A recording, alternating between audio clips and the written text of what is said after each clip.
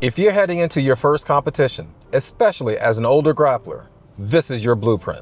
When I entered my first Jiu-Jitsu tournament more than 6 years ago, I spent weeks digging through Reddit threads, YouTube clips, piecing together a game plan, and while some of it helped, none of it spoke directly to me.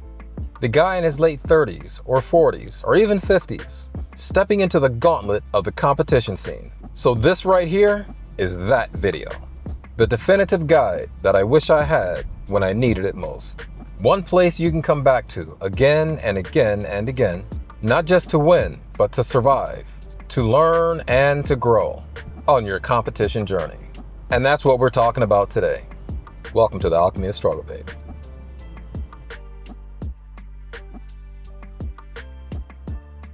So this video is going to be a little bit longer than what I normally do, because this is meant to be a comprehensive guide for those entering into their first tournament. We're going to start with having the right mindset for competition, what to expect from competition, how soon to start training for competition, what to do the week of competition, the night before competition, the day of, and then of course, the first clinch. All right, let's get started. You really need to get your why in order before you start preparing for that competition. Your why should not be because your coach said so. It shouldn't be because your teammates are doing it. Your reason to compete has to absolutely be your reason. Something else you need to understand is this. If you're competing in your mid-30s, 40s, or your 50s, it's different. The part that most people get wrong when they enter into their first competition as an older grappler is number one, trying to train like their 22-year-old training partners, and they end up getting broken before the competition. Next, focusing only on hard sparring and ignoring recovery. And the biggest mistake, thinking that the competition starts on the mat. It starts in your head. So now with some of that preliminary stuff out the way, let's get to it. The first thing you have to understand is the type of tournament that you're entering into in terms of format and rules. Now, I've competed in Grappling Industries, American Grappling Federation, and IBJJF. So I'm going to speak about those three. So starting with Grappling Industries and AGF, their focus is on making sure the grapplers get as many matches as possible. What does this mean for you as an older grappler? You will more than likely face much younger opponents. So in my first tournament in Grappling Industries back in 2019, I showed up and my first opponent was like 31, 32 years old, and I was 49. And a lot of times, you won't even know this until you get there. Why? Because you may get there and there's no one in your division. They drop you down into the next bracket, whether going down in age or going up in weight. Just expect that. Now, IBJJF is a different beast altogether.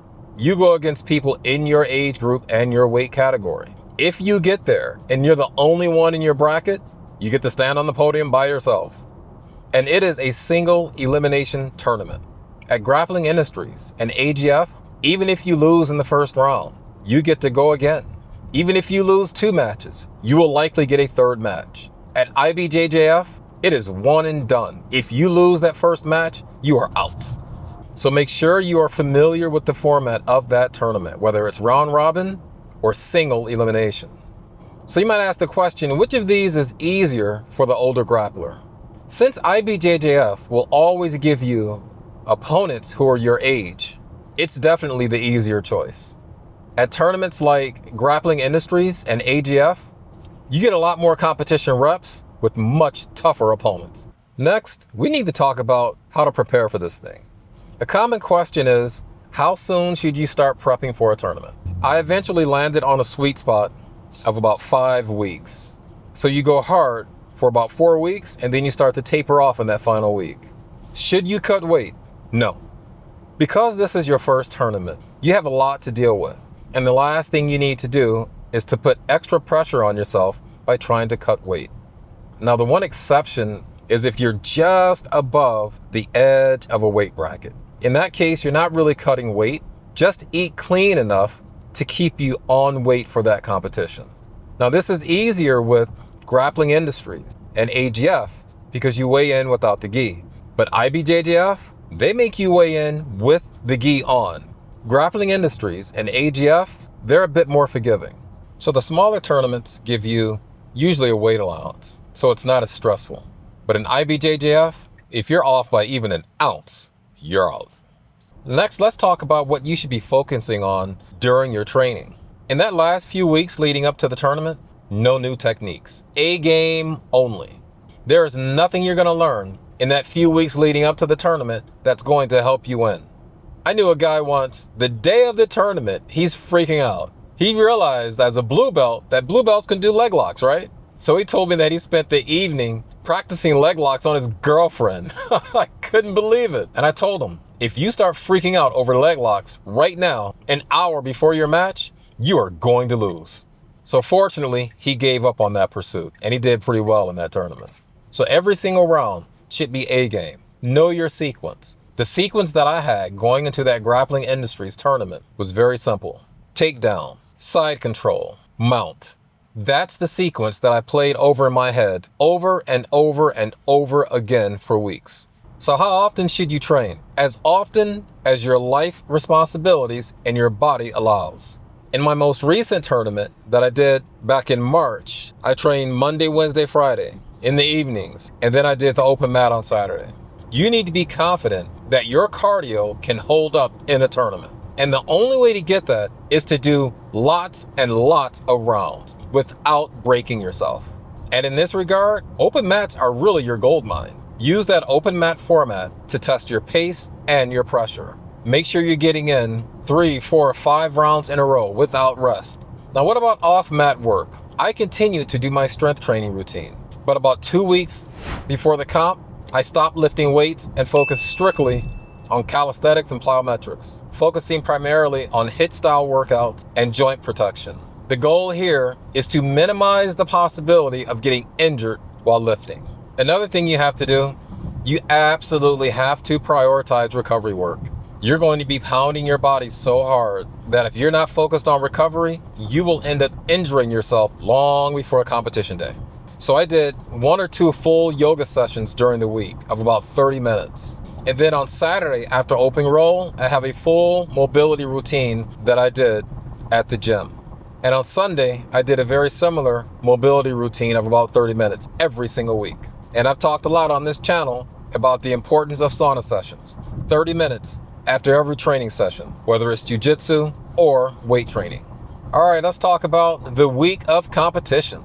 You want to reduce intensity, but keep your technique sharp. My practice has been that my last hard spar is the Saturday before competition. No hard sparring 2 to 3 days before the comp. You do not want to risk injury.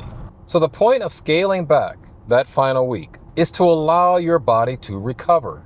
You've been pounding your body for weeks. You want to make sure on the day of competition that you are 100%. All right, let's talk about the night before competition. Look, you probably won't be able to sleep. You probably won't be able to eat. But understand this, all of the anxiety and all of the fear and all of that stuff that you're feeling inside, your opponents are feeling the exact same thing. So what do you pack? First, you need to pack at least 2 gis, especially if you're competing in IBJJF. They have strict gi rules, and I have been at competitions where I have seen people fail the gi check. So they ended up having to go to one of the vendors at the competition and spend $200, $300 on a new gi in order for them to compete. For snacks, for me personally, I prefer those types of things that can give me a good glucose hit right before and right after my first match. I prefer dates myself.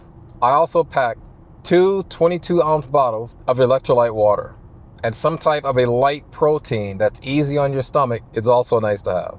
Now here's one that bit me in my last competition. Guys, make sure your fingernails and your toenails are properly clipped. In my last competition, I completely forgot about this one. I go up to get inspected and my nails were too long and I didn't have a nail clipper. So I'm standing off to the side, biting my nails in order to pass inspection. It's a little thing, but do not forget this one. Now, the morning of competition. Now, personally, I love to show up to the venue the day before, but this isn't always possible. What you can do is just show up early, walk around the venue, get familiar with the environment, and start to take it all in. Try to imagine the crowd. Try to imagine the noise to help get your mind ready for the moment. Keep your body warm as you're approaching your competition. If you can get a good sweat going, this really helps to calm the nerves. Expect long waits. It's going to happen. You'll be ready to get on the mat, then all of a sudden there's a delay. Just expect it and continue to keep your body warm.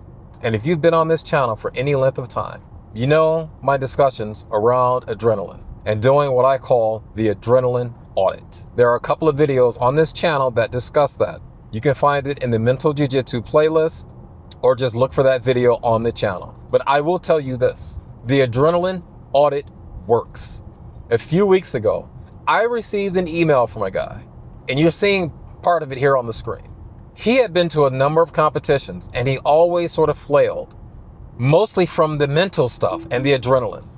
And he followed all of the advice I mentioned in the adrenaline audit. And not only did he win his first match, he took gold for the first time ever. And he credits it to following the adrenaline audit. Now, let's come to the first match, the first clinch. This is something that you will hear people say all the time, that when you clinch up for the first time in your first competition, they feel so strong and immovable. And that strength really tends to freak people out. But something that you need to remember is that just like they feel super strong to you, you feel super strong to them. So when that first clinch comes on, it's so unnerving that you fall into this death grip where you're just gripping so hard and just, oh.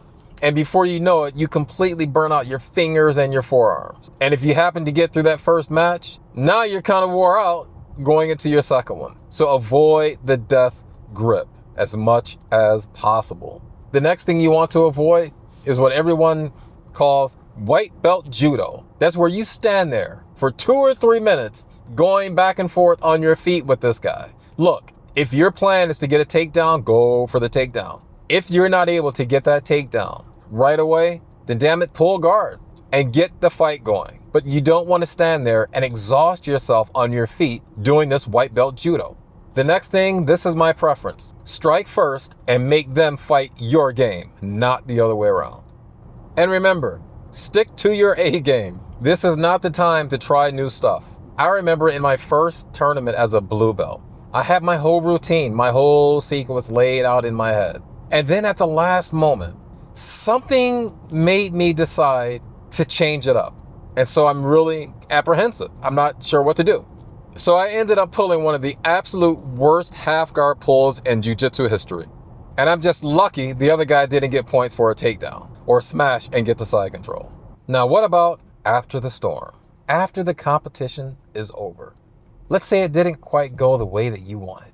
You need to be honest about what went wrong. Try to extract just 1 or 2 lessons, not 100. Listen, December of last year, I entered my first tournament as a purple belt, and I lost bad. Went back to the gym, and I just worked on those holes over and over and over again. A few months later, I showed up and won gold. So just because you lose one tournament does not mean the world is coming to an end. It just means that you showed up and someone else showed up who was a little bit better that day. So what you need to do is use the experience as fuel. If you lose, make that your motivation to go back and keep working on your game. Or maybe you decide, you know what? I just wanted to do this thing one time. I got it out of my system. Now I'm just going to go back to training just for fun. That's fine too. But the bottom line is this. You put your skills to a real test under real pressure. You showed up despite the fear and the anxiety. So now you can leave with pride, not regret. And if you want to see what that felt like for me in real time, go watch this video. It's the finale of the series that started this channel. Me training for an IBJJF tournament while fasting for 30 days. It's not just about jiu-jitsu. It's about why we do this stuff and what the alchemy of struggle really means. I'll link it at the end of this video. And if you have a topic you want me to cover, or if you have a question, make sure you send a message to the email that's on the screen. I read every message and I do respond. And as always, I want to thank the subscribers and the commenters for helping me level up this content. Maybe I'm biased, but even so, I really believe this is the absolute best community on the YouTube platform. But remember, There are others who need this message, so let's help them find it. Like, share, and subscribe. Keep up the good fight and stay safe on those mats. Peace.